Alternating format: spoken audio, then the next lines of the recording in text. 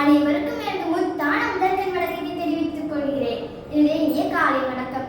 நான் இன்று எடுத்துக்கொண்ட தலைப்பு கர்ம வீரர் காமராஜரும் அவருடைய கல்வி தொண்டும்.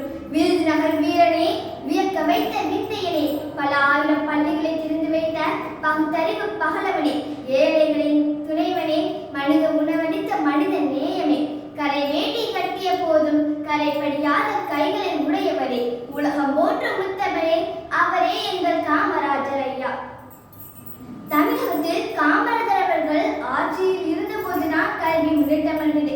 இவர் முதல்வராக பதவியேற்ற சமயத்தில் படிக்காதவர்களின் எல்லாராலும் விமர்சிக்கப்பட்டார். இவர் பல திட்டங்களை தீட்டி அனைவரையும் ஆச்சரியத்தில் ஆழ்த்தினார். காமராஜர் பதவிக்கு வந்த போது ராஜாஜியால் இழுத்து மூடப்பட்ட 6000 ஆரம்ப பள்ளிகளை உடனே திறந்து வைத்தார்.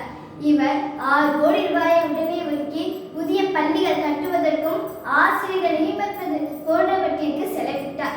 1962 இந்த உச்சவரம்பை தளர்த்தி அனைவருக்கும் இலவச கல்வி என்ற முறையை கொண்டு வந்தவர் காமராஜர். அனைத்து கிராமங்களிலும் உள்ள